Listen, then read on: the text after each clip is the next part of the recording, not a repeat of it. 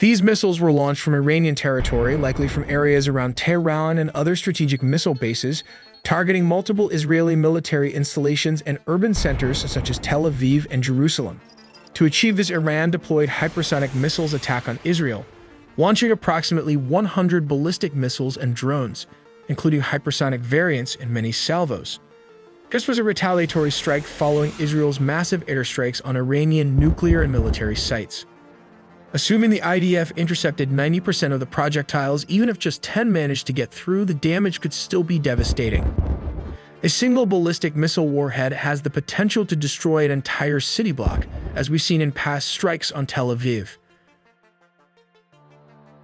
Unlike earlier missile attacks, the June 2025 strikes saw a significant use of drone swarms alongside ballistic missiles to saturate and complicate Israeli air defenses. Over 100 Shahed drones were launched in the initial retaliation. Some were intercepted over Jordanian and Saudi airspace, indicating a more complex multi-domain attack strategy. The truth is, Israel could not have intercepted all the missiles without U.S. intervention. So how did this happen? A U.S. Navy destroyer, the USS Thomas Hudner, stationed in the eastern Mediterranean Sea, actively engaged and shot down Iranian missiles headed toward Israel. Another destroyer was moved forward to be on standby, available if requested by the White House. American fighter jets also patrolled the skies across the Middle East to protect U.S. personnel and installations amid the heightened tensions. These U.S. assets operated in coordination with Israel's own missile defense systems, such as the Iron Dome and Arrow interceptors. Let's explain why they are launched at different time intervals, as these drones usually have a speed of around 114 miles per hour, which translates to approximately 185 kilometers per hour. In comparison, a cruise missile has a speed of around 500 miles per hour, which is about 800 kilometers per hour. A ballistic missile, on the other hand, has a speed of around 3,836 miles per hour, translating to approximately 6,174 kilometers per hour. That is exceptionally fast, and as a result, will catch up swiftly. So in summary, when the drones reach the designated target, the cruise missiles and the ballistic missile will eventually strike their targets at almost the same time. Iran used variants of the Shahab-3 ballistic missile in its latest attack on Israel. The Shahab-3 is the foundation for all of Iran's medium-range ballistic missiles and uses liquid propellant. It can carry a warhead weighing between 760 and 1,200 kilograms, which translates to 1,675 and 2,645 pounds. How it works. Step 1. The missile is positioned at a 90-degree angle and then fired. Step 2. The ballistic missile's trajectory takes it outside or near the edge of Earth's atmosphere. Step 3. The warhead payload separates from the rocket that carried it aloft and re-enters the atmosphere, descending towards its target. Step 4. The missile can carry a single or multiple warheads, depending on the variant. The warhead separates from the single-stage rocket after it has traveled about more than half the distance to its target. The most prolific Scud variants had a circular error probable of 300 to 450 meters. This means that 50% of the missiles fired at a target would land within a circle of that diameter. But how did Iran's missile deployment differ from previous attacks on Israel? In June 2025, Iran launched over 100 ballistic missiles and more than 100 drones in multiple waves. But on October 2024 strikes, which involved about 200 missiles but not the high-caliber ballistic weapons and were spread over fewer waves and with less drone integration. 2024 Operation True Promise was focused on 3 military sites, such as Nevatim Air Base near Beersheba and Tel Nof Air Base, both of which house the billion-dollar Israeli F-35 fighter jets and other high-value assets. Additional targets included the Hatzerim Air Base in the Negev Desert and the Mossad headquarters in Tel Aviv. Before we looked into how Fatah missiles managed to penetrate Israeli air defense, we have to understand how Arrow 3 missile works. Since I've been traveling to the UK and Ireland recently, we've had to rely on airport Wi-Fi, which can be dangerously insecure. Using Surfshark VPN, it not only encrypts our data, but also changes our IP address, allowing us to appear virtually anywhere in the world. Now take a look at my Netflix account. As you can see, I'm currently set to Ireland. You have hundreds of countries to choose from. When you found the country you're looking for, simply click it. In this case, I choose a US server. And just like that, you're in Netflix US. Beyond streaming, Surfshark VPN also includes robust antivirus protection to shield your devices from viruses, malware, ad trackers, and third-party snooping. And finally, with just a single Surfshark VPN subscription, you're not only covering yourself, you can also protect your friends, family, or even your entire city if you really wanted to. So go to our link surfshark.com/AITelly by buying through the promo link. You'll get 4 extra months free, assured by a 30-day money-back guarantee. The Arrow missile defense system consists of 3 basic parts: the missile launcher unit, the Green Pine radar antenna, and the Arrow missile. The missile launcher unit is composed of 6 erector launcher tubes, housing ready-to-fire missiles.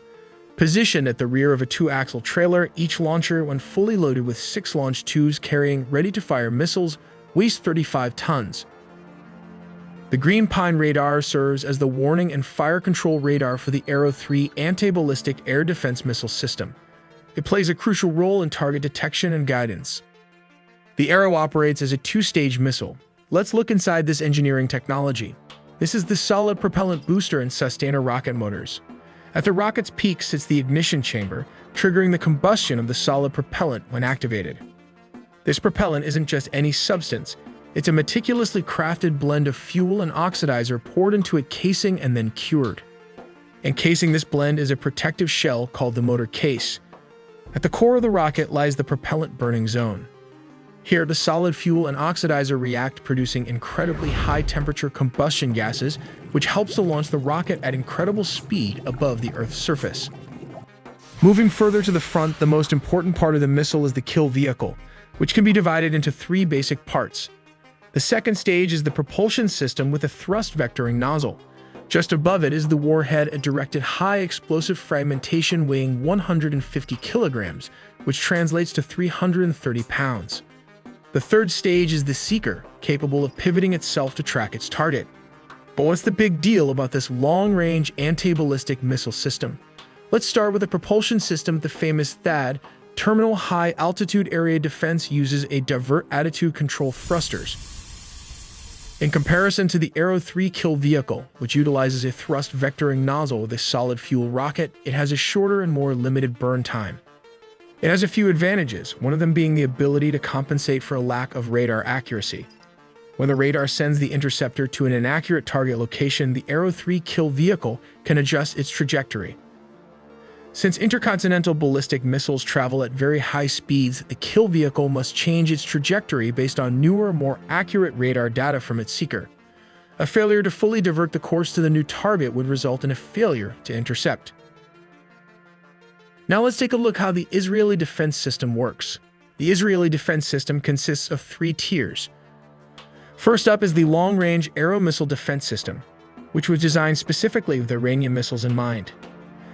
Each of these system rockets costs a few $1,000,000, and they can intercept missiles outside the Earth's atmosphere, resulting in enhanced protection. The second layer of defense is the so-called David Sling system, designed for taking out missiles and drones. Finally, the Iron Dome stops most short-range rocket attacks in Israel.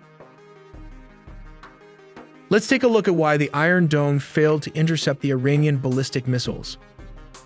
Apart from discussing the multi-layered missile defense system, the Iron Dome itself has a range of around 40 miles, while the David Sling can intercept ballistic missiles up to a range of 180 miles.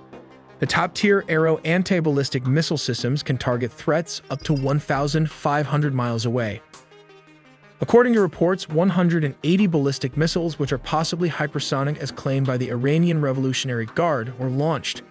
Although the Arrow missile defense system successfully intercepted many missiles before they reached Israel, many still got through. The main problem behind the failure to intercept was after the detachment of the glide vehicle from the launcher. The glide vehicle can change its trajectory multiple times, which confused the Arrow missiles. This maneuver also bypassed the David Sling and finally the Iron Dome system, which is not designed to counter hypersonic missiles like the Fatah II model. As a result, the interceptor missed for targets and the glide vehicle landed on military bases where the $100 million F-35 jets were stationed.